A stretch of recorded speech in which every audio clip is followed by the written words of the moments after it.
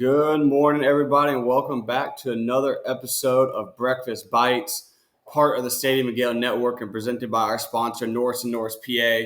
Norris Norris, PA, out of Lake City, Florida, is a preeminent law firm serving North Florida since 1985.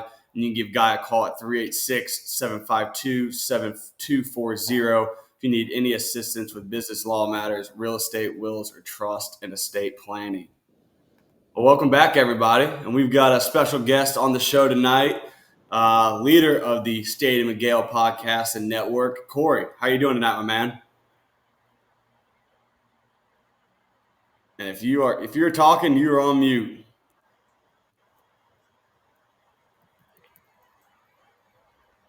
No luck.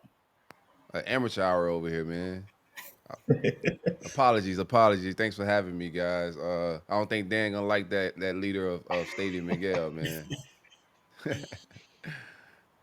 Fellas, Dev, Will, how are you guys doing? I see you, Will, you got the bourbon barrels behind you. It sounds like you're headed to Lexington this weekend. I am heading to Lexington. Contrary to what people say on the timeline, I do actually ride or die for the Gators, whether the quarterback is smiling after close losses or not. And so I'll be up there cheering my guts out for him, just like I was in Jacksonville and just like I will be in Gainesville for the Tennessee game and beyond. You set Discourse all day on, what was that, Monday? Firing with the hot takes. I mean, well, now that we have officially fired Billy and the coaching hot board rumors have settled down a little bit, I figured there needed to be something tossed into the fire so that people had something to talk about, you know? Got to stir the pot. You had articles getting written and yeah. It just happens. Sometimes, you're just sitting there on Sunday and you see a video and you're still mad about the game last night and you just, you let things out on Twitter and then all of a sudden it blows up and you're just like, how did this happen? And you go to work the next day and you're not really paying attention and you come back and your mentions are riddled with high school coaches telling you that you've never played a down of football and all this stuff. And I'm like, well, you guys kind of nailed it. Well, I'll be surprised if Dev and I don't have a few articles when we're in Oxford next weekend with our Lane Kiffin shirt. So we might have Ole Miss beat writers coming at our necks next week. But let's get into that. Corry, you guys have discussed on the show. Dan has been tweeting his list and all of his rumors on the timeline and on the show. Where do you stand right now in the coaching search? I mean, everything I'm still hearing is Lane Kiffin. I think it's Lane till it isn't Lane. The plan after Lane gets a little shaky, from just my opinion. I think Lane is the obvious number one choice of every program. Everybody's after him right now at this point, right? So I think he just fits the mold of a Florida coach. He checks a lot of boxes. After that, when you get into Drinkowitz at Missouri, Brent Key at Georgia Tech, like some of the other names are gonna be another just crapshoot in my opinion. Just a dumpster fire waiting to happen. Yeah, we'll be back here doing this again in 3 years, bro. Well, there's been a lot of discourse with the LSU job opening up, the Auburn job officially open. I don't think that job was open when we recorded and dropped Sunday morning. So that job has also come in. That's probably the third best job, or maybe the second best job with the state of Louisiana right now. Dev, what are you seeing with the discourse and the media members and how their narrative has switched with that Auburn job opening up in the Lane Kiffin sweepstakes? Yeah, I think that whoever it is that's calling the shots at ESPN on what they want the company line to be, Peter Burns is coming out this week and saying that Auburn's the best situation out there, that they just fired their coach after 2.5 years. Look, Florida and LSU, I can understand an argument. Both of those are, the premier school in their state, giant jobs, top 5, top 10 jobs in the country. Auburn is a great job. I like Auburn. I'm excited to go to Auburn next fall. It's a different level. There's a reason the top of their list, is looking like well, maybe we'll keep DJ Durkin if this goes well these next couple of games. Maybe we'll go the Summerall route. It seems like Auburn is where Florida was 4 years ago, where the former SEC head coach didn't work out and pan out the way you expected it to. So I think that Auburn is a different hiring pool. I think LSU's job search really hasn't started yet. They've gotten, the president in place. The president promoted the athletic director, but didn't really. They promoted the athletic director in name only. I think the president came in after that athletic director got promoted by him and said that we'll reevaluate. A lot was on his plate in the first 8 hours of the job, and so he kind of on a whim decided that the interim athletic director was going to become the permanent athletic director. So they still, even though they have a president and AD in place at this point, I think that they're still in a rocky position, and they still have that governor that's lurking around, looking for a microphone and a platform to say something crazy. So I think that you're looking at Lane either staying at Ole Miss or coming to Florida. I don't think that there's any other job out there that's going to entice him to leave the situation he's in. I think there's special ties to the University of Florida that make our job more attractive to Lane Kiffin than it may be to another candidate out there that's having success at a school that's not on Florida's level. I think that the guy that's put it the best out of anybody that I've heard so far is Edgar Thompson. And he said it's going to be Lane because it has to be Lane. I haven't heard anything, more precise or more well said than that. I think that that the guys that are running the search know the timing's right for Florida, the timing's right for Lane. He's been there for 6 years. He's maxed out what he can do there. He's 31-3, I think, at home the last 4 years, 5 years at Ole Miss since the COVID year. I think he's 31-3 at home. So I think that now's the time. Florida's hired the premier search firm in the country to assist in making this hire. I think the stars are aligning. The betting lines for the offshore books that people love to throw out there, they're pointing us towards that North Star. They mean a ton. We all know that the prediction markets, everything else. So I like the way it's looking. Long way to go. Time kills deals. But I think as of November 5th, we should all be pretty encouraged with where things are at. I think one of the things you mentioned was the tier levels. Florida has, I don't know why we came out and said this, but I didn't think it really mattered at the time. But we've let it be known that we are not hiring anybody from the G5 again, which part of me, I hesitate to do business like that because I do think that, just because your last coach didn't work out doesn't mean you got to look at everything he did that failed and then turn to the next guy and be like, oh, you have that quality, you're out.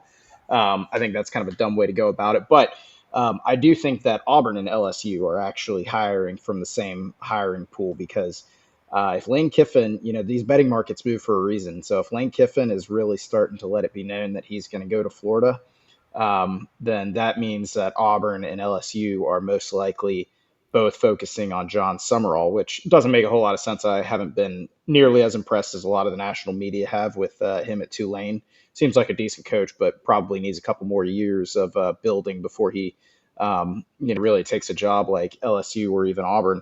But they might be hiring from the same hiring pool. The other thing is that I'm sort of warming up to the idea of maybe Lincoln Riley leaving, and I feel like if we were to lose out on Lane or if he were to stay at Ole Miss, I feel like we might be able to poach him from USC. Or on the flip side, I feel like there's a chance he might go to LSU. What do y'all think? Well, Yeah. when Lincoln left Oklahoma, that was kind of a fly by night. Nobody saw that coming, and all of a sudden he's on the first flight out of Norman to Los Angeles. So it would kind of be historically the kind of move Lincoln Riley would make to do that out of nowhere. I think that I've seen the buzz about Lincoln Riley come up too, and think the same. You hear anything on that? So Yeah, there's a lot of smoke out there about him not being happy out in LA. USC isn't an easy job. Like people think is traditionally it's been a destination, but like who was the last coach to be successful there? It's been a very long time. And LA isn't, for everybody as far as living arrangements. Um, do I think he wanted to get out of it? Yeah. I mean, his buyout I think is like $10 or $11 million, something around that part. Will Florida play in that pool? But I like Lincoln Riley as a backup as my number two right now as well. You would have to give him the keys and a lot of money. They'll get a elite defensive coordinator because his defenses have been terrible out there in USC. But from an offensive standpoint, I love everything about that offense. He loved DJ Lagway. He was trying to poach him last minute in the recruiting cycle to come out there to USC. I think he was one of the final three when DJ chose as well. His track record with quarterbacks fits Florida's mold. Got a couple Heisman's under his belt. He's still young too. Like a lot of Hmm. people got, they wrapped up in his last couple of years at USC, but these guys are still young. And the match of school talents and the area you at, all that matters. Just finding the right spot. So I'm actually pretty high on Lincoln Riley. If we miss on Lane, I would love Lincoln. Yeah. It's fitting your top two candidates bolted for USC in the middle of the night from SEC programs. Well, at the time, it was a Big 12 program, That's a good and point. But they were but coming into the SEC, and he knew that. yeah, the other thing I really like about Lincoln Riley is he always has stud wide receivers, and it took him a little while. He seemed to be married to Alex Grinch, almost like Mullen was to Grantham, but he finally divorced him, and Alex Grinch. I think he went some like to like Washington State or something. Then he I don't believe he's a defensive coordinator anymore. And this new guy, I've been impressed that they've held their own in the Big Ten, because that was always the bugaboo with Lincoln, is he couldn't recruit the D line hogs that you needed in the SEC.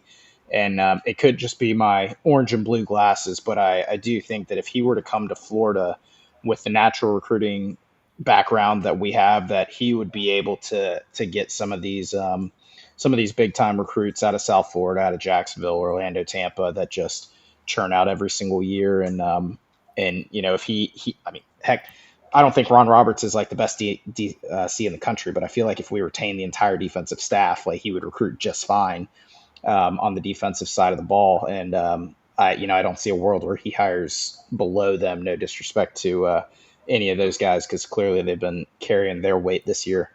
But we got to keep an eye on that. I just saw that right before I came on, Josh Pate dropped a little nugget on bussing with the boys. And even though I'm a little mad at Pate right now because he keeps talking about Lane and LSU, and he just forgets that the Florida job is the best job open in the country. He's in love with LSU for some reason. That's an But on he three did, thing right now. Like the whole on three is like a cult. Everybody got to have the same beliefs a little bit. So yeah. It's an echo. It, you know what it may be is that, how they obviously know that if they drop a little recruiting thing in July, saying Florida's got some guys that are going to flip or they're going to whiff on this or that, they just know that it's a clickbait factory with these Florida fans online. And they probably know that with the LSU coaching search, especially with the governor, and we got Kim Mulkey out there. I think that's why the president backtracked a little bit on the athletic director, is because Kim Mulkey went to a press conference and acted like her dog died when oh yeah, she had to talk about Scott Woodward getting fired and yeah. all this stuff. And she said all these things about how he was a Louisiana guy and all this stuff. Well, Verge Osbury, I mean, you could have been talking about either one of them, and she just didn't seem to say anything other than he's a nice guy. And so, I think that they've got some internal stuff going on, no matter what Pate and all these other people are talking about with their supposed alignment that happened overnight. We as Florida fans certainly know that it does not absolutely happen overnight, that you get a alignment. Another thing about just going back to the Lincoln Riley smoke, I one of the things that I've been wanting in a head coach is to know what your identity is going to be. You look at Josh Heupel's Tennessee, you know that they're going to run good offense. You look at Lane Kiffin, you know that he's going to run good offense.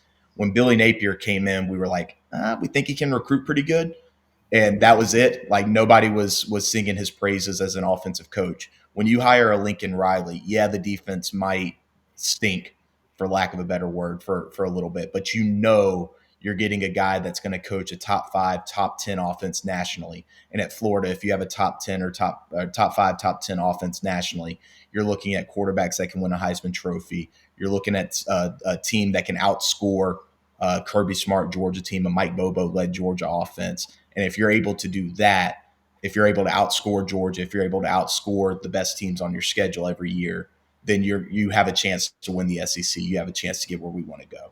So I think as much as the individual coaches is important, having a coach that you know what identity you're getting as soon as they have their introductory press conference, I think that's big.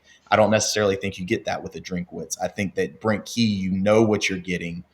But it's the style that doesn't historically fit Florida. It didn't work with Napier. It didn't work with Muschamp.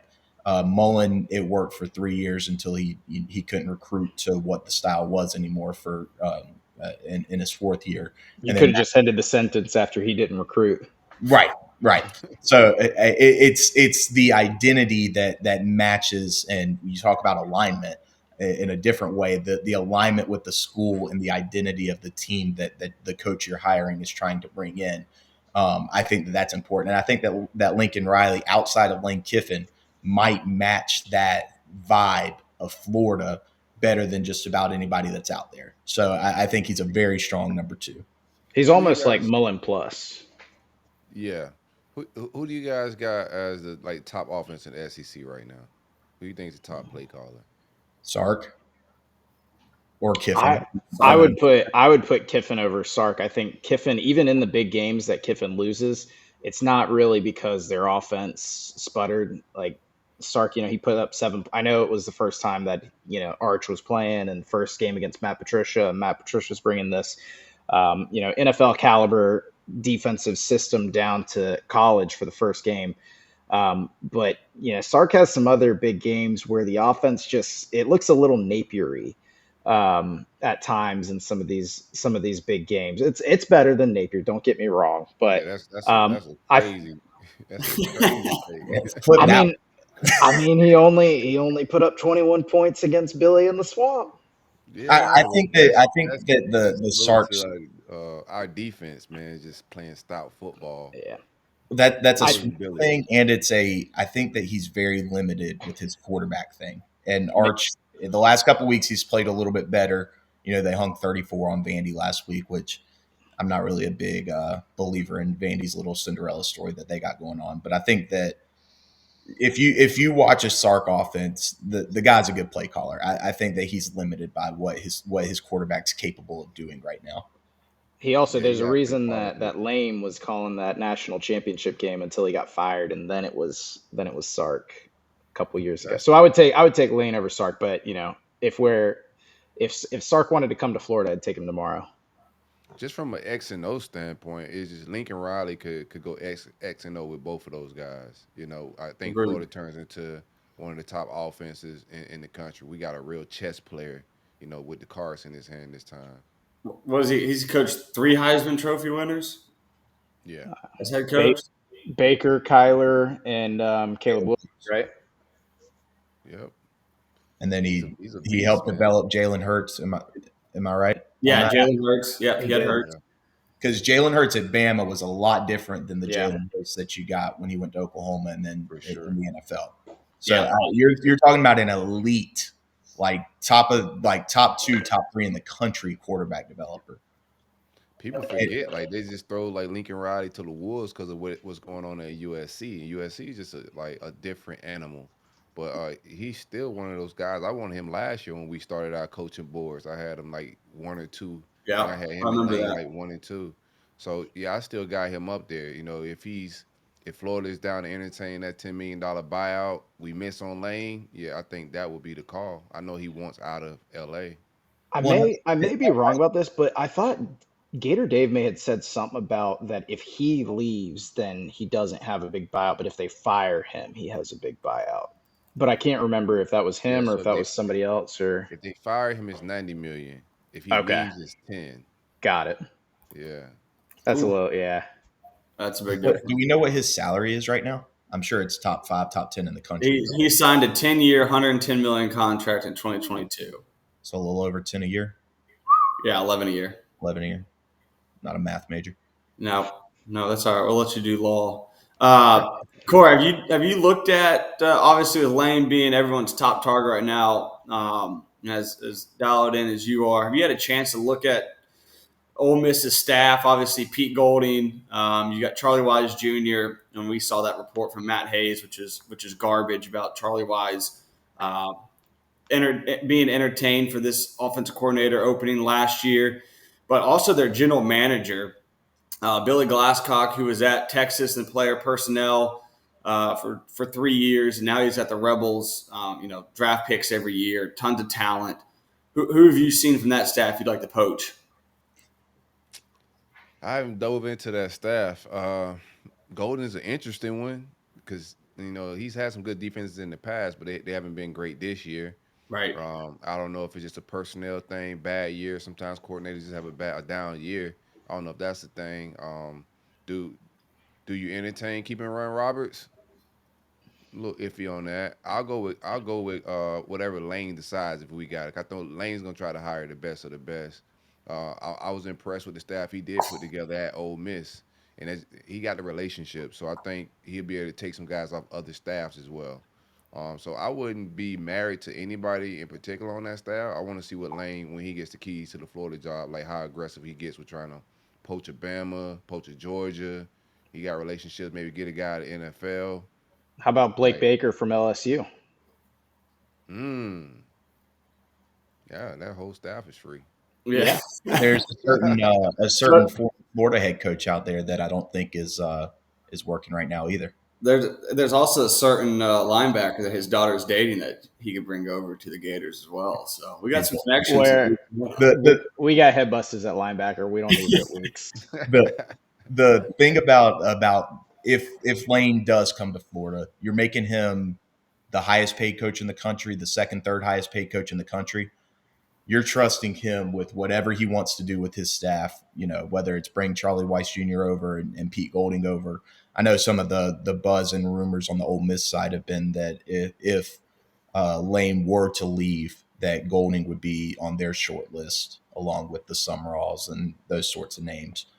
So that may be getting ahead of ourselves a little bit, but I think that Golding, he's already the top paid assistant in the SEC right now.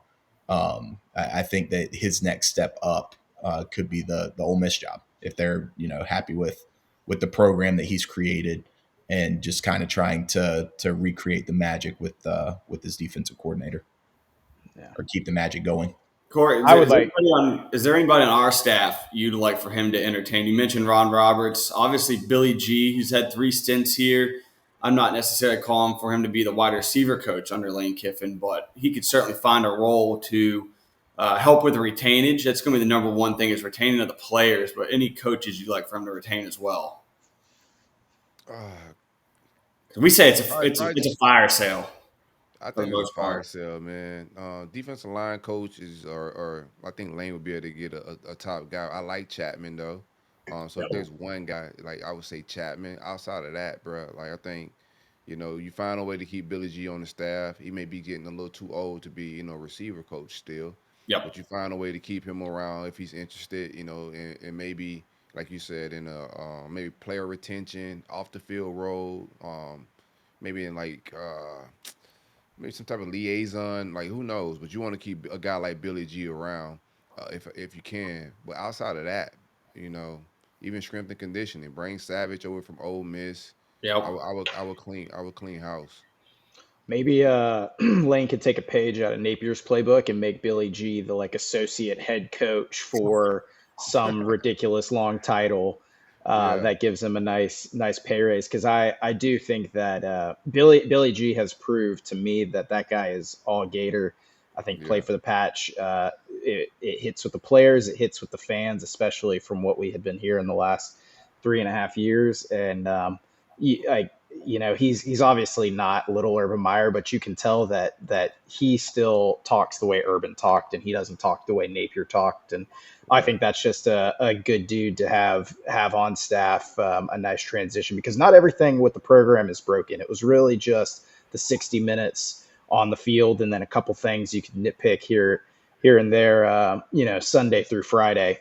But I think the way that Billy G has handled this, if we would be blessed to have him on staff and him not to get a head coaching job, because I think he might be well on his way to finally getting a shot if he wants it. I think he deserves a shot. Yeah, absolutely. I've been impressed, like from the pressers and his demeanor on the sidelines. He sounds like more of a head coach than we've had the last 3-4 years. Just to be honest, man. I couldn't believe what he was saying about the middle eight, where he just broke that down. He was like, "That's the place we got to be better." I was like, "This is unreal." Yeah. The game management was phenomenal. I thought I had the one little nitpicky thing there at the end of the game with the timeout before the 2-minute warning, but Yeah. I mean, getting 11 guys on the field, it turns out it's not that hard. Yeah. I mean, less procedure calls. Like Yep. the team just looked and functioned, getting on and off the field in between plays. It didn't look clunky. You know, Yep. we got 11 players on special teams. Like it just wasn't. They looked like they should have been looking from an execution standpoint. You know, we still didn't win the football game, but you know, it's been funky watching Billy. I don't want to get into the Billy bag, but it was a tough watch every Saturday. That was like what the USF game probably should have looked like execution wise. Like second game of the year, you've got a couple mistakes, you have a couple drop passes, but like Right. you're clearly a really good, solid Yeah. team. And Yeah. the only difference is we fired the coach, and we're it's 8 games in. But that's kind of par for the course. Billy used to always treat those first 5 games like they were preseason. So what are we at? We're really only 0-3, I think, maybe 1-3 because of the Texas win. Yeah. Well, I had a take. Speaking of some coaching searches, Florida State, their AD came out with a vote of confidence. I guess if you want to call that a vote of confidence, a few weeks ago. They finally won an ACC game, snap a 9-game losing streak. But I had a take earlier, maybe 3-4 weeks ago. I think we hadn't fired Billy yet, but I'd rather be in our position now than where currently Miami is, in terms of they kind of got a false hope with Mario Cristobal. Obviously, he's going to recruit well down there, but never really going to be a national championship contender, even in the ACC. And I think after his press conference last year in late October, where he slammed the podium and said, "This is the direction we're headed in," they're 4-4 in ACC play. Do you kind of agree, even though the losing records we've had in the last decade, the glimpses we had under Mullen, but from a program standpoint, once we get the right guy, I mean, even with no coach right now, I think we're in a better spot long-term health-wise than Miami currently is, despite, having a Heisman finalist last year and Mario Cristobal down in Miami. Yeah, I think we're in better shape than both as far as like I think Miami's stuck. Like it's gonna be hard for them to fire Mario Cristobal. All right, they're in bed with him. And to be honest, they should be okay with the type of results they getting. Like I just think that's Miami and USC is like the same job a little bit. You know, they keep hiring Miami guys. They want a Miami guy down there. Mario recruits well. Not the best in-game coach. Not the best quarterback recruiter. You're gonna have to live with him changing his offense every couple of years because he doesn't have an offense. You know, he hired mercenaries to come in and run his offense, but he also put guardrails around a lot of the play calling.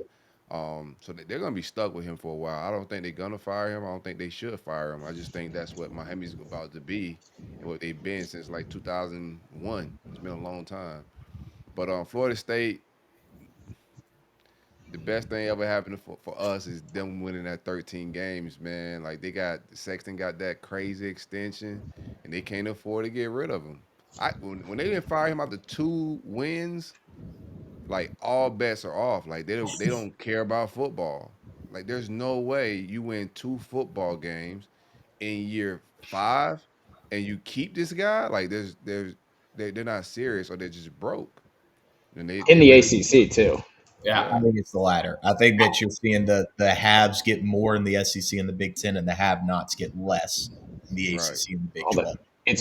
It's been great seeing their fans on Twitter posting photos of what's the Spanx lady's name?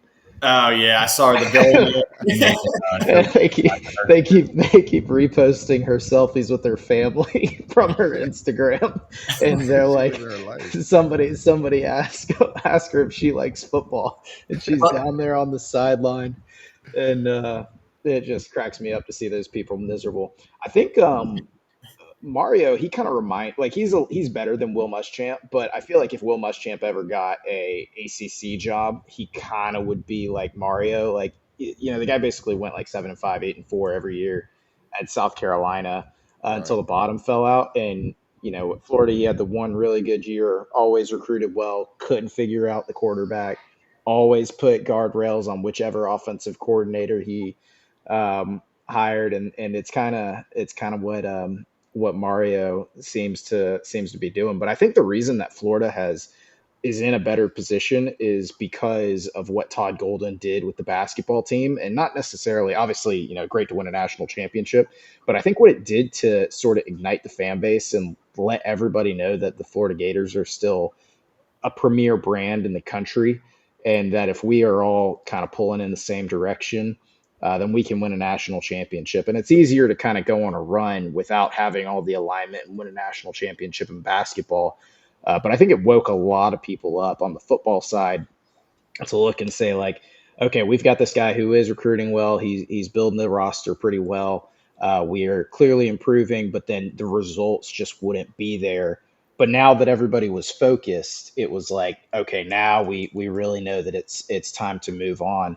And so thank goodness for Todd Golden that he was able to somehow get all these different voices and administrators, from the president on down, to sort of look at football. And now it seems like we are really set to do some damage, as we're close to being dangerous, as one Billy Napier used to say. And Todd did it in 3 years. He It did. wasn't we have to, we got to really build this program up. To do it the right way, it's going to take time. The process precedes the results. No, it was year one, we brought in Will Richard. Year two, you bring in Walter Clayton. Year three, you're 36-4, have the best season in school history, and win a national championship. Boom.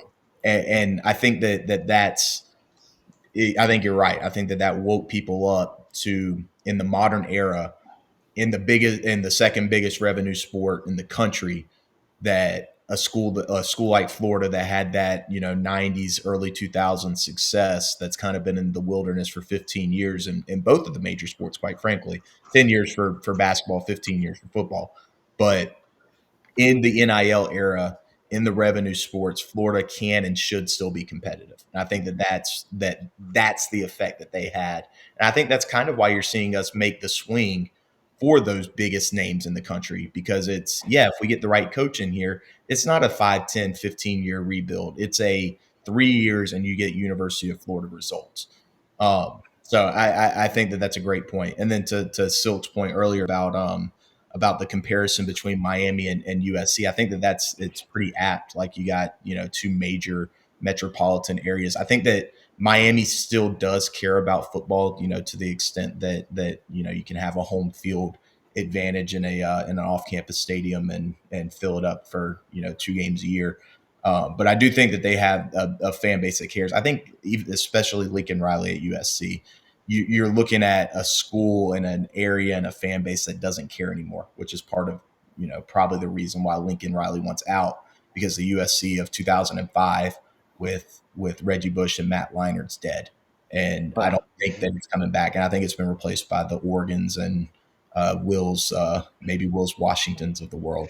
Well, I think the reason for that is Miami fans. Those people, now that they've got 2 losses, just watch out if they lose to Pittsburgh, or I can't remember who else they go play up north, but Pittsburgh. But they don't show up except for the Florida and Florida State game, or if the team is undefeated. And at other places in the true South, which is kind of like Eugene, Oregon, and not really Seattle, but it's college towns. Like Auburn and Florida are terrible teams this year, and it's still a packed house, because what else are you going to do? Like, it was almost like that video of Hugh Freeze. I don't know if people saw it, but he's telling them all these people save up just to go to Ben Hill Griffin Stadium and Jordan Hare once a year, and go see the Gators and play. And you just don't really have that in some of these big metropolitan areas, because you probably have a yacht that you can go cruise around the keys with and stuff, and it's just a different lifestyle, and that's what makes the SEC so great. That's facts. All facts. Yeah. Yeah. So Anything else you guys want to touch on coaching search? I know slight mention of Jed Fisch. Will's been quiet, and I don't want to bring it up, but he does have three games coming up, two on the road, one across country before he gets to take on Oregon at home, which could potentially Hey, be a playoff it could. opportunity. I I came out politicking for Jed Fisch very hard from the beginning, and then I started staying nasty. quiet, and all of a sudden you see those odds going lower and lower. They're getting closer and closer. And I never want, anybody to confuse the fact. Like, I don't want Jed Fisch to be number one. I don't want Jed Fisch to be number two. It's Lane Kiffin, then Lincoln Riley for me. But I think once you start getting into the Brent Keys, the Eli Drinkowitz, the names like that, I think you take a shot on a guy who has a lot of NFL experience, who is still young, who's a proven quarterback developer, who was roommates with Howie Roseman, who would probably get a GM from the Eagles tree somewhere down here, to do that, and who fits Florida. And on top of all that, I know that he is a diehard Florida fan, and he has Gator blood running through his veins. And so I think if you're going to end up taking a shot because you've whiffed on Lane Kiffin or Lincoln Riley, then it makes the most sense to go after Jed as opposed to going after someone who does not fit what Florida wants to do. Well, we could have had someone out of the Howie Roseman tree last year, but we decided to get a guy who's been sidelined from the Atlanta Falcons that we eventually got rid of, and he was there for 19 years. So maybe Lane can have or any of our next coaches can have a choice in who the general manager is. Speaking of that, if we do go a new general manager route, would you want that hire before our next head coach is announced, or kind of have him a role and picking his own guy in terms of like the Nick Polk role? Yeah, from what I was hearing, and this is I spoke to an agent that handles coaches.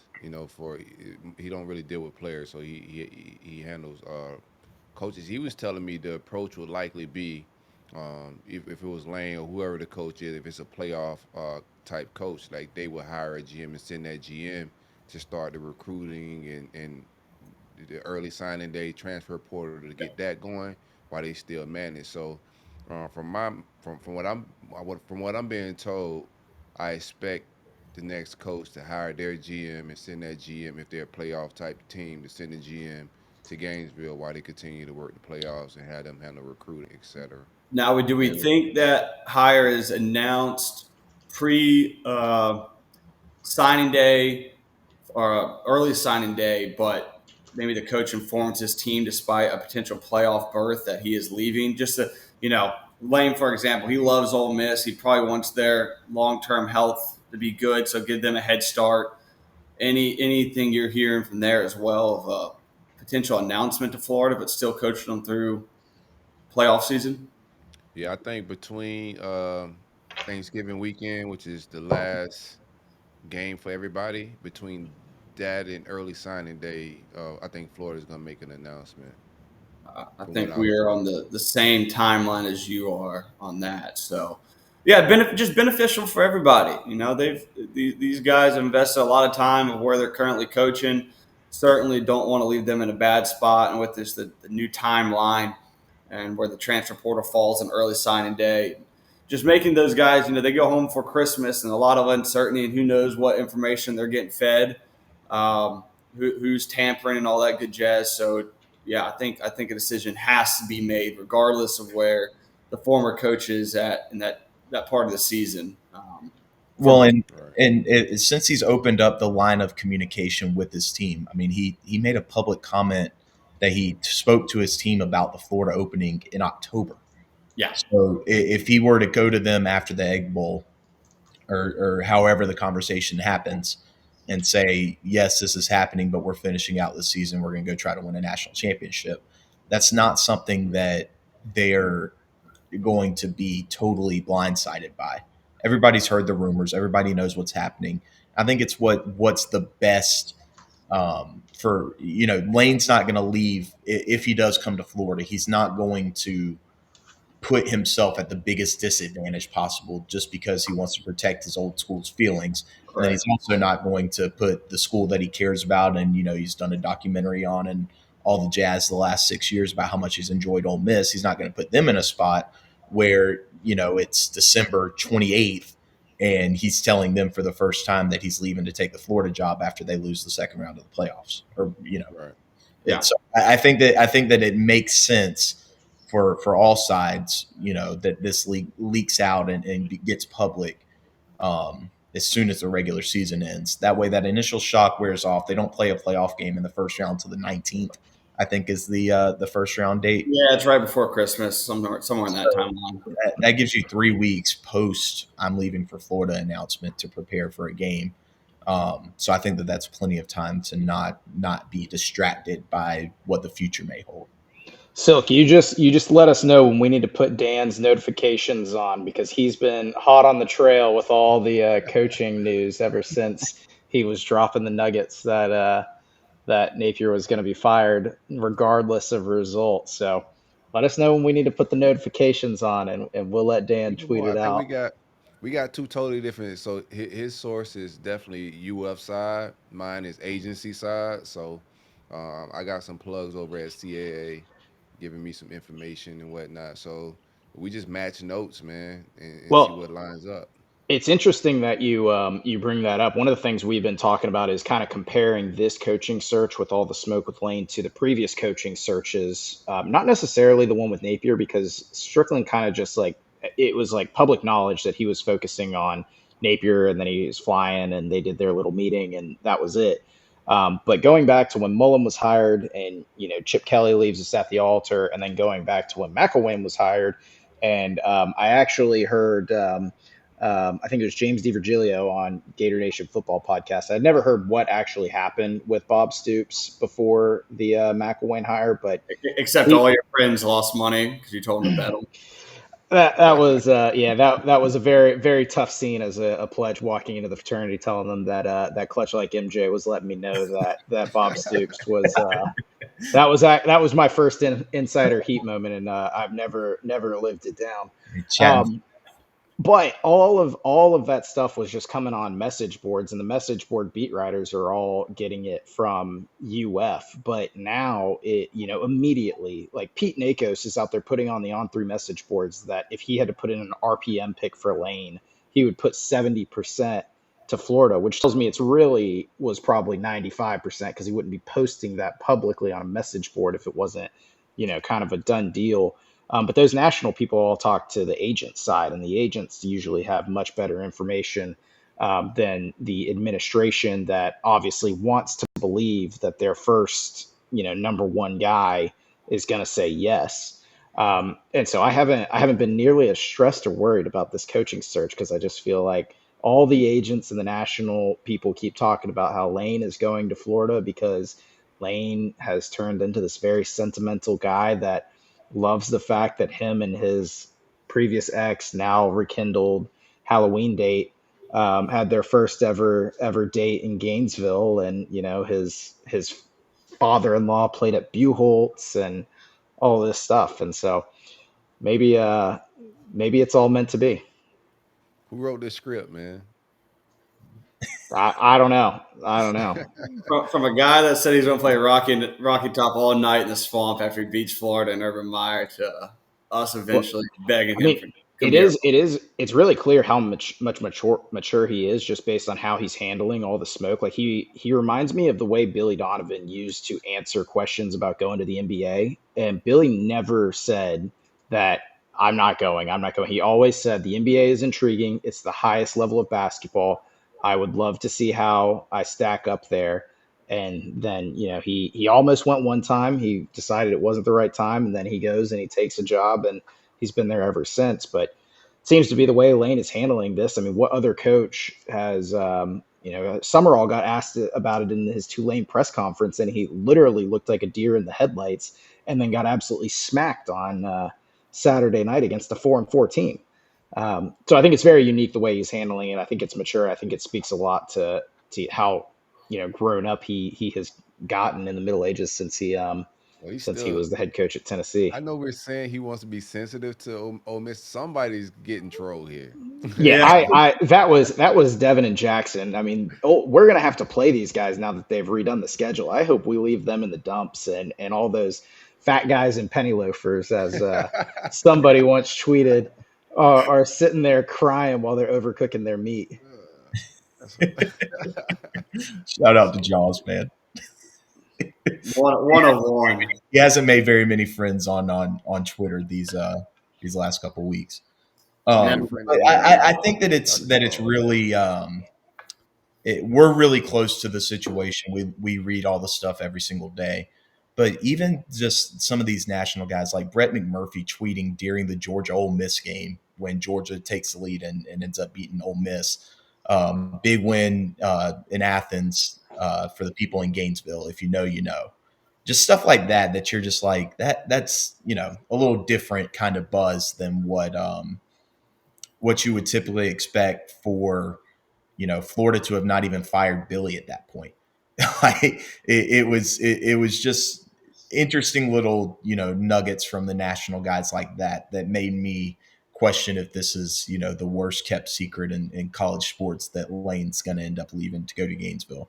worst kept secret for about 18 months, if we're being honest. I guess 13 months, if we're being honest. But we But got to get over the finish line before we start doing victory dances. But yeah. yeah, Well, guys, I know we're in the Okay. middle of a coaching Okay. search, but we also got to play a football game on Saturday. If Woo.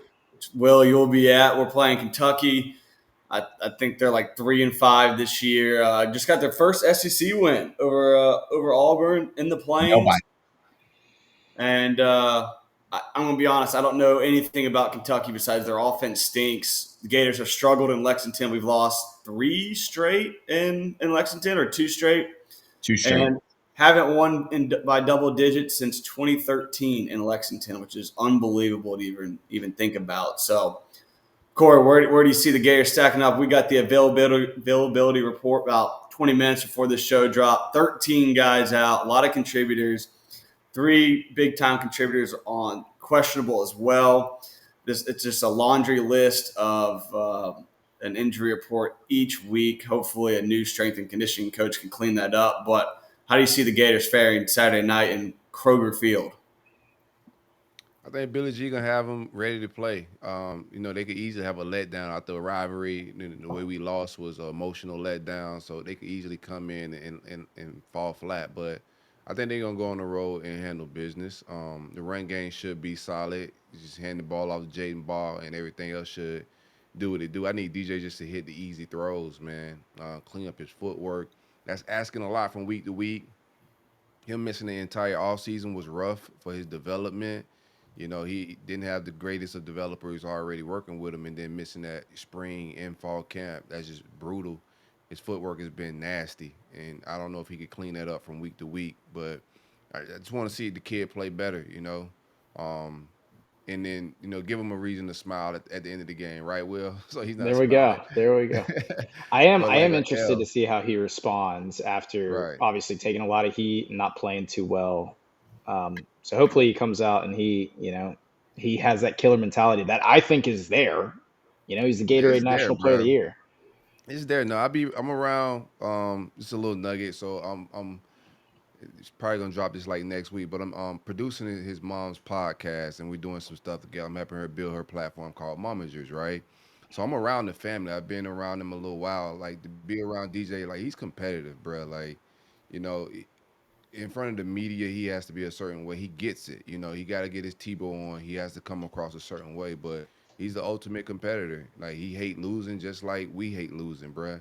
Oh, You know, Will got a full dose of that this week. So yeah. I don't. seen pops. I seen pops pull up on Will. I seen Papa Lags pull That up. was that was crazy. Nah, Five it's all five good. a.m. wake up call. I got Derek Lagway Sr. in my mentions. I was like, oh my goodness, I'm in so much trouble. Nah, it's all love, man. They ain't tripping on it. They just, they dealt with the tough season just like we did. Hmm. They was caught off guard and wasn't liking the offense, and the way DJ playing, he know he's not playing up to his capabilities.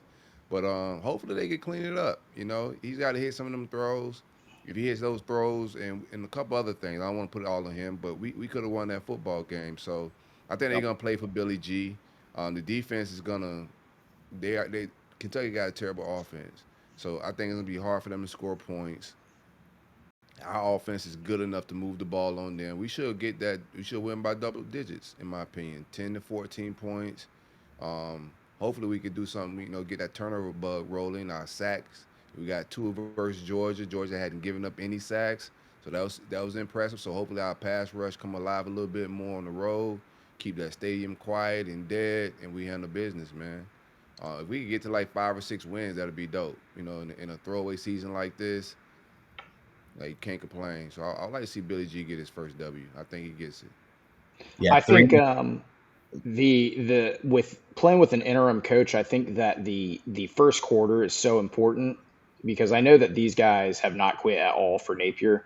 But I do think as the season continues to go, I've been saying that Miles Graham is not going to let them quit. But I think that, as the losses pile up, and if you get to a point where, you're down 14-0 to Kentucky, then it could get, the white flag mentality could come out Yeah. quickly. So I think it's crucial to go out there and immediately put points on the board, get a 3-and-out kind of thing, and make sure that the competitive juices start flowing. Because once it's there, I think that the roster is so much more talented than Kentucky that it would kind of just take over, and the chance to win a Yeah. game, they haven't had that feeling in a few weeks, and it's been few and far between. So I think the big sticking point is you got to get off to a good start. Yeah, Sam, cold night. Go ahead, Sam. Sorry. yeah, Sam. Anything you've seen from Kentucky? I know you're at home a lot more on Saturdays as we're in Gainesville at tailgates and all that good jazz. Anything you've seen from Kentucky this year? Not much of a must-view TV type of situation with them, but anything that No, sticks out. for sure. First of all, thanks for having me on the show, guys. Joking, but Corey, appreciate you joining us. Appreciate all you do for the Stadium Gale Network, giving us this platform as well as being on the front lines of Gator Twitter. Your service is appreciated. In terms of Kentucky, I haven't really seen a lick of them. I don't know if he's still their quarterback, but they had Zach Calzada was their starting Nope. quarterback this Nope. season. Okay, so that's exactly where I'm at. When I saw that, I was like, oh my goodness, Kentucky. I remember when we did the preseason pod, I mentioned a little bit, the Stoops waters were a little murky over there too, and I think you can kind of see that. But like you guys mentioned, once both products are on the field, the talent we have is significantly better. Like Corey said, we really should have no problem beating them soundly, letting our players do the playing. Obviously, the injury report is shocking. That was a crazy thing to see, but I think we should handle business. Just want to see the guys continue to play hard, and I mostly want to know who scheduled this game at 7:30 at night. For who did that? A cold night in Lexington can be a tough one in November. Mid-November can be a tough one to get up for. So hopefully they do start fast. I think Mark Stoops is a good cautionary tale of nearly leaving a job or leaving the door open to leave for a different job and then coming back and kind of losing your locker room and wearing out your welcome. That Lane might want to take note of the more that he kind of lets 2022 the Auburn job festered, this year the Florida job's festering. I think if you get to this point, what's happening at Kentucky with Mark Stoops is a good look at wearing out your welcome at a place that doesn't win traditionally. And eventually it falls apart. And the good jobs that were on the table are not on the table anymore sometimes, and you end up getting paid that buyout that you didn't really think that you were going to end up getting, because I think Mark Stoops is about on his last leg. But as far as the game goes, their offense stinks, man. You go into you go into Jordan Hare and win. That's awesome, but it was a 10-3 snooze fest against maybe the only offense in the conference that's worse than yours. And then as far as what I'm looking for, I think that 3.5 point favorites seems low. I think that it's a product of having an interim coach on the road at night. Still an SEC game. They still got SEC football players. Kentucky as a program, their defense has given us problems for what seems like a decade now, outside of last year. So I'm excited to see how they come out. I think that Billy G will have them ready to play, like we've said. I think that this was the loudest the noise in the system had been for DJ Lagway, maybe all season, maybe in his life, with how successful he was in high school and last year. And I think the noise got a little loud in Baton Rouge. I was in Baton Rouge and sat one row behind Derek Lagway Sr. And, you see everybody was frustrated that game. It looked like, they had seen a ghost. And obviously you hate seeing, parents go through something like that with their son that's really struggling. I think that the criticism after the Georgia game was significantly worse than it was even after the LSU game earlier this year. I think, obviously he played worse against LSU than he did against Georgia, but I think that it was more pronounced that he missed on a couple of throws that could have changed the outcome of the game against your biggest rival. So I think that DJ is a competitor. Like we said earlier, the Gatorade Player of the Year is still in there, and I think that you've seen him make certain plays, and he just hasn't quite put it all together. I guess it's a little bit part fundamentals, part the injuries, but you see the bits and pieces of the old DJ or the 2024 DJ. The throw to Eugene Wilson against Georgia was phenomenal. The touchdown pass, like you see those bits and pieces. So I'm hopeful and optimistic going into this game. Hopefully we get Mizell and VB3 back. You lose Dallas Wilson for the year. You lose Eugene Wilson this week. But I'm hopeful and optimistic that the guy you saw make those phenomenal throws last year, the guy that you've seen in spurts this year, hears that criticism, internalizes it, and then turns around and plays with that chip on his shoulder and that competitiveness that we've been looking for, and that it starts in Lexington. So that's what I hope to see. That's what I think we'll see. I think he's a competitive guy, and excited to see how the guys come out and they play hard for Billy G this weekend. Yeah, a lot of talk about their offense stinks, but they're 101st in the country in scoring offense. We are 105th. So to put this game at 7:30 at night is very questionable. I'd rather have that noon kickoff, get my day over with, and watch some other big-time premier football games. But like we do on every show, scoring predictions. We'll start with you, Corey. Whew, that's tough. First one to 20 wins. First one probably to 10 wins. First one to 13 wins, in my opinion, bro. Give me their offense is terrible. I don't think they score more than 10 points on us. So, give me 21-10. Ugh. Sam? I'll go 24-10. We'll go around the horn. I like the Gators 31-13. I think that Ryan O'Hara and Russ Callaway called a pretty good game plan against Georgia with a much better defense, and we probably should have put up 31 points on them if we had a couple more completions and a couple other things go our way. And so I do think that a lot of these teams are struggling now that it is not Billy Napier's 6 plays on repeat. And so I think the offense is going to continue to look a little bit better, and that DJ fixes whatever things, he responds well, and we take care of business and beat Kentucky the way we should have been beating Kentucky the last 10 years. We're going to get a bourboned up Will Norris in the stands, and that's not anything that Mark Stoops could have prepared for. So we'll go Gators 27-10. Yeah, I'm with you, Dev. 27-10 feels about right. I don't know how we score 30, especially if we got Harrison Tenzer in the slot for us with all the wide receivers we got out. 4 touchdowns, 1 field goal, just like that. But Gators just out-athlete them, probably get a big turnover on defense, set up the short field. And Jaden Ball should make this game go by quick, 30-plus attempts. Let's just get out of here injury-free and go on, get ready for Ole Miss and the Rebels the following week. So real quick, let's touch on some hoops. Everybody got – Corey, did you watch the game Tuesday night? I did. Monday I was night? podcasting, man. That's why we lost. I didn't watch it. I didn't do my my Ty Golden tweet, man.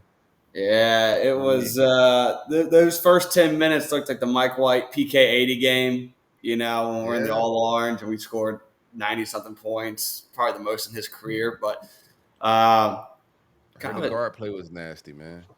Yeah, underwhelming out of the new guys. Xavier Lee got off the scoring started the first 5 points, but I think he finished 5 of 17 from the field, 2 of 13. Really never had the ability to create his own shot and get a good look. He had a few open threes at the end that could have maybe changed the course of the final minute or so. Because the good thing, we lost 93-87. I thought the big difference was just the thing that I liked was the fight we showed at the end. Had the ability to potentially win the game with a Boogie Flan corner three to tie it. But this team does not quit despite having a bunch of new faces, even though we return a lot of talent from last year's national championship team. There was a point, I think there was 6:50 left, and we had just tied the game up 70-70. And you're watching it, and this is the Florida Gators basketball program now. We're going to close this game out and win. And Hout took over. He ended up with 27. And I didn't think that we have, or we don't know yet, who the killer go get a bucket 5 minutes crunch time guy is yet. And that's okay. I mean, you're spoiled when you spend 40 games watching the greatest point guard in the history of the program. Who struggled in his first game at point guard against Virginia. So Exactly. Right. Long season. You get very spoiled when you watch that guy, Will Richard, and Elijah Martin, who hit big shot after big shot last year. So when you're 7 minutes left in a tie game against a top 10 type team with a true freshman phenom, that Pete guy is a freak. I think that game is going to be something we look back on as a major positive. We're going to take a lot away from it. I think that we have a couple months with big time opponents on the schedule where we're going to figure out who that guard is, whether it's Xavier Lee, whether it's Boogie Fland, whether it's somebody else that's going to take those big shots and you have confidence they're going to make them. But I think that it was one of those season openers where you're coming off a championship, you kind of have that championship musk on you still, and you feel invincible. That you get into those crunch time moments and realize, all right, this is a different team. We're gonna have to find different ways to win, especially when you don't have the best guard trio in the country, at least at this point. So, going to be different ways to win this year. Different kind of team. You can't have your front court get dominated by a freshman, especially when you think you have the best front court in the country and 4 national champions in the rotation. So this is why we paid Golden, and we believe in him. So let's see what the great coach can do with some adjustments as we progress throughout the season. Sam, what did you see Monday night? Yeah, definitely an underwhelming performance from the front court specifically. It's going to take some time for the new guards to adjust. And like we've already mentioned, they have massive shoes to fill. Need to find that shot getter. And just to kind of talk about Koa Pete, a bit of a Arizona high school sports legend around these parts of town. I've been hearing his name for a couple of years and gave us the exclamation point on Monday. That guy is special. From right down the road, went to the same high school as Brock Purdy. And I only mention that because there's a street named after Brock Purdy right when you turn into the school. And that's probably going to get renamed after Koa Pete in a couple of years when he's in the NBA. So that's just, he was special. He absolutely took control of the game. I had a feeling we probably couldn't be expecting it. What film are we going to watch of him at the college level? So he just came in and took the game from us. And like you mentioned, Jackson, the fight at the end was encouraging to see. You really wish Boogie could have made that wide open shot. And Xavier had a good look too, but I'm not worried. It is what it is. We're going to lose a couple games. We have a super hard non-conference schedule. That's what happens when you're 1, the University of Florida, and 2, the defending national champs.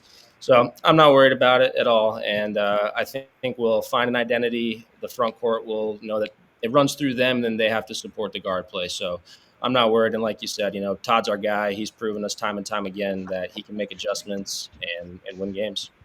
Corey, when does your fandom set in for basketball? I know some folks start like us in all 365. Some people join us in February, March. Where do you stand? No, I'm ready to roll. I was just talking to my son yesterday about, I said, we got to hit some games this year. I haven't taken him to a basketball game, but no, I'm ready to roll right now. I got to get over these football blues, brother. Yeah, I know. I know. That's what we I'm thought ready to Monday night roll. was going to be for us. But we got an exciting home slate. I don't know if you've seen the Saturday conference home slate for hoops yet, but it is Nah. loaded with Bama, Arkansas, Tennessee, Kentucky. So Auburn. So you'll find a good one to take them to in the early spring. Yeah, I'm definitely bringing them up, man. I haven't been to a basketball game myself in about 4 years, so it's been a while. Yeah, you gotta get that. Last time you've been it was Mike White era. Yeah, Yeah, bruh. you Same got for me. Granted, I moved across the country, but yeah. Todd Golden's got the Odom sounding different these days. Yeah, Yeah, I we'll came be. close to hitting one last year. I missed it. I forgot what I had going on. I had some tickets that somebody gave me, and I ended up still missing it. But I'm definitely hitting one this year for sure. I think that was that might have been the Ole Miss game, one of the later ones, late February. I think you and I were texting that day to Yes, yeah, yeah, something yeah, pregame. yeah. Yeah, yeah. So you got to make your way up. What do we have? One home loss last year, Missouri, and we lost Yep. by one. So great home slate, and as always, like we mentioned, follow our guys, Florida Basketball Hour, Neil Blackman, Eric Fawcett. Those guys do a tremendous job. Had a great breakdown Tuesday morning after the loss, so make sure you guys are following them. They're also part of I'll the check it Stadium and out. Gale network, so stay plugged into the hoops, especially if you're diehards. And I think one of our followers responded back: if you don't follow Florida Basketball Hour, you're a casual, so you don't want to be labeled a Fact. casual. Eric had I think he's on the bachelor party or something for his brother, like in Spain or something like that. Neil had said, but within the very next morning, he posted a video that was 15 minutes long, explaining exactly what was wrong with Florida's defense. And it's crazy how he does it. It's just clip after clip of us getting cooked in the pick and roll coverage. But he breaks it down just like a coach. It's like you're sitting there watching a film session, and I think it makes you smarter so that whenever you tweet out takes, you can stand Yeah, your ground a little bit. for sure. Yeah, Corey, do you want to take us to that process? How did you get them on board? I mean, they've been a big following, a rapidly growing Twitter page and Patreon account. And how did you guys get them on board with Stadium and Gale? Me and Neil, we talk all the time. So I get Neil's a lawyer, so I'm always hitting him up for legal advice on on some things. So we always end up just talking about just Florida sports all the time, and sometimes life. But Neil's a cool guy. Eric's been coming on for a while. I was sitting around. It was we was me and sometimes we have these ideas and we're slow on them sometimes, right? So I told Dan the baseball show that ended up signing with in all kinds of well. I was like, hey, I think we should reach out to those guys about joining our platform. And we were talking about it for a few days, and then announcement hit that they had signed over there. So I was like, hey, I'm not dragging my feet anymore. Let's hit up Neil and see if they want to join the network, if we could collaborate some business. And we ended up making it happen. But I've been cool with Neil for a very long time. Kind of how I started doing business with Dan, like with Stadium and Gale. He would come to our roll up live events at that time out in St. Pete. Met him, thought he was witty, funny. Then we hung out in Gainesville a few times, and it was always good times with him and Nick. So when I got ready to start a Gators only podcast, I reached out to him when I wanted to branch out from the roll up. I was like, hey man, I think I got a Mod Black down. Would you want to join us? And he was with it. So now these guys, man, I met some dope people, over the years on this thing, man. I really network on these apps. I know it's all fun, everybody's having fun, but even with meeting you guys, I met Jackson on there, and I'm a relationship builder, man. So just pretty much building relationships, man. Well, I'm glad you said you met Dan in St. Pete. He talks about Tampa all the time, but he seems to find himself in Pinellas County a lot. So, uh, In that same breath, Corey, can you plug a little bit with what you're doing with Flow Factory now?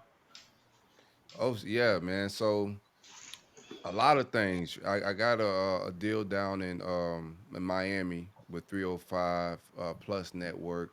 Um, They asked me to come on and help them with some programming. They have all the rights to Dade County athletics. So every sport, high school, football, basketball, track, anything, Miami Dade athletics, they have all the streaming and viewership rights too. They landed that deal through Adidas, ended up getting like $13.5 million or something crazy. They reached out to me later through Kenny Phillips, former defensive back for Miami. I met him through some friends, mutual friends down in Miami. Was trying to get him to invest in Flow Factory on some stuff, but that didn't end up happening. But when he landed a deal with 305 Plus and the rights to Miami Dade, he reached out to me, asked me did I want to come on board as part owner and help them with programming and some other things. So we're in bed with 305 Plus in that platform. We also branched out and doing NIL agency stuff. So I have about 4 or 5 guys from the Dade County area that are helping me run an NIL agency.